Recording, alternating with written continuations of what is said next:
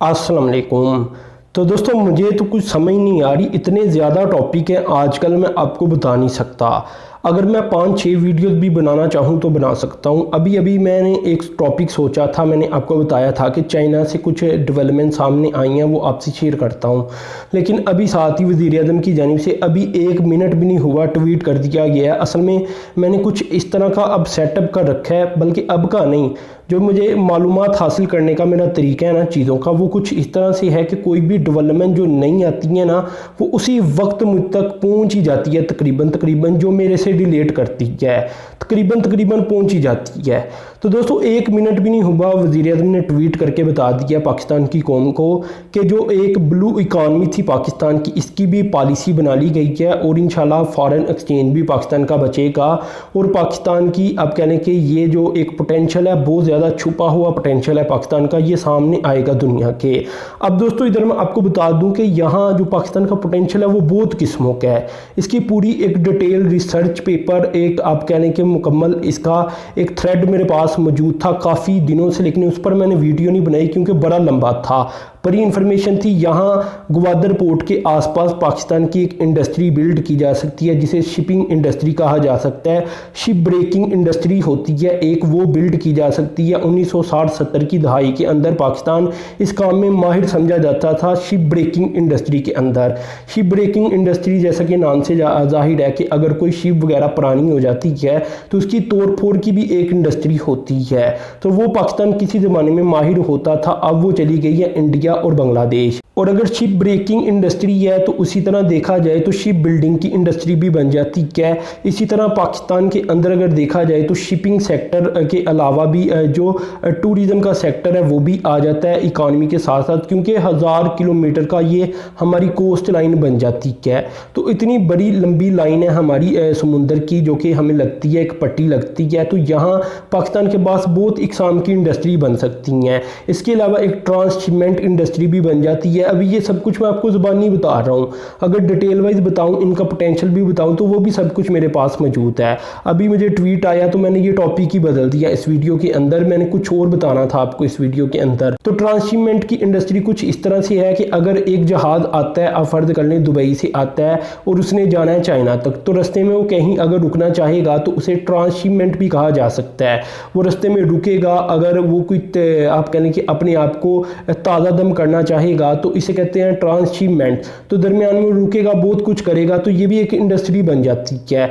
तो ये पाकिस्तान के पास बहुत चीज़ों का पोटेंशियल मौजूद है और इसी के ऊपर पॉलिसी को अप्रूव कर दिया गया है। इंशाल्लाह इसके ऊपर डिटेल वाइज वीडियो भी बनाऊंगा और आपसे वो पोटेंशियल शेयर करूंगा बिल्कुल डॉलरों के अंदर कि कितना पोटेंशियल है पाकिस्तान का और अभी पाकिस्तान कहाँ खड़ा है।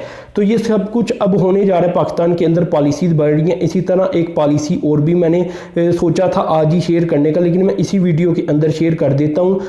जो स्मॉल मीडियम इंटरप्राइजेज हैं इनके लिए एक नेशनल कोऑर्डिनेशन कमेटी बना दी गई है और ये बहुत ही जल्द आप कह लें कि इसके ऊपर सिफारिशात मुरतब करेगी, इसकी पॉलिसी मुरतब करेगी।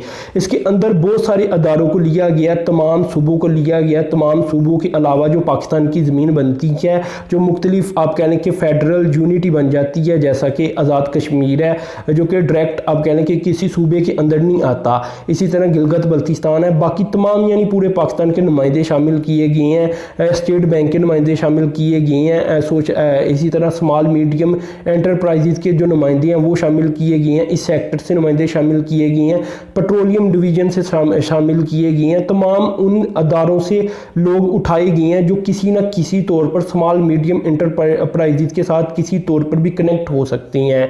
तो वहाँ भी पॉलिसी बनाई जा रही है और ये आज मैंने वीडियो के अंदर बताना था आपको, लेकिन इसी वीडियो के अंदर बता दिया कि वो भी इंशाल्लाह पॉलिसी बहुत ही जल्द मुरतब कर दी जाएगी और वो भी हमारे सामने आ जाएगी।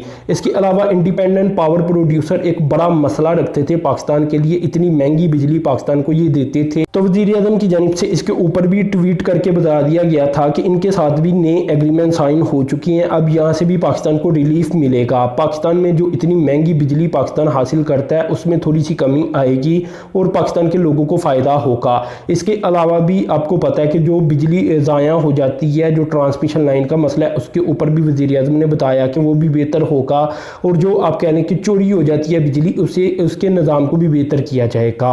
यानी ओवरऑल इसी वीडियो में 3 चीज़ों के ऊपर मैंने डिस्कशन कर दी। एक तो शिपमेंट पॉलिसी है, अभी बनी है, ब्लू इकानमी के ऊपर पाकिस्तान की अभी बनी है, मतलब बनी तो अब कल या परसों भी हो सकती है, लेकिन बताई अभी है वज़ीर-ए-आज़म ने। इसके अलावा जो इंडिपेंडेंट पावर प्रोड्यूसर के साथ एग्रीमेंट है वो मैंने आपको बताए। और इसके अलावा जैसा कि आप जानते हैं सबसे अहम तरीन सोशल स्मॉल मीडियम इंटरप्राइजेज, क्योंकि पूरी दुनिया के अंदर आजकल जहां स्मॉल मीडियम इंटरप्राइजेज ज़्यादा हों वही मुल्क तरक्की याफ्ता भी होता है और आगे भी बढ़ता है। तो सिर्फ इस वीडियो के अंदर 3 पॉलिसी का मैंने जिक्र कर दिया और इसकी तमाम मालूमात जो कि अवेलेबल है, मोटी मोटी अपडेट वो शेयर करती।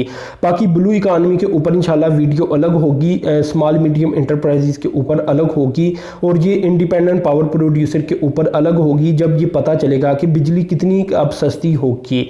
तो ये बड़ी बड़ी डेवलपमेंट हो रही हैं, पॉलिसीज़ बनाई जा रही हैं, इनका इम्पैक्ट फ्यूचर के ऊपर पड़ेगा। आज से 5, 6, 10 साल बाद पाकिस्तान इनका इम्पैक्ट ठीक तरह से देख पाएगा। तो खैर दोस्तों, ये मालूमात मैंने आपसे शेयर की, ये एक अपडेट वीडियो थी। तो अब तक के लिए इतना ही था। अल्लाह हाफिज़।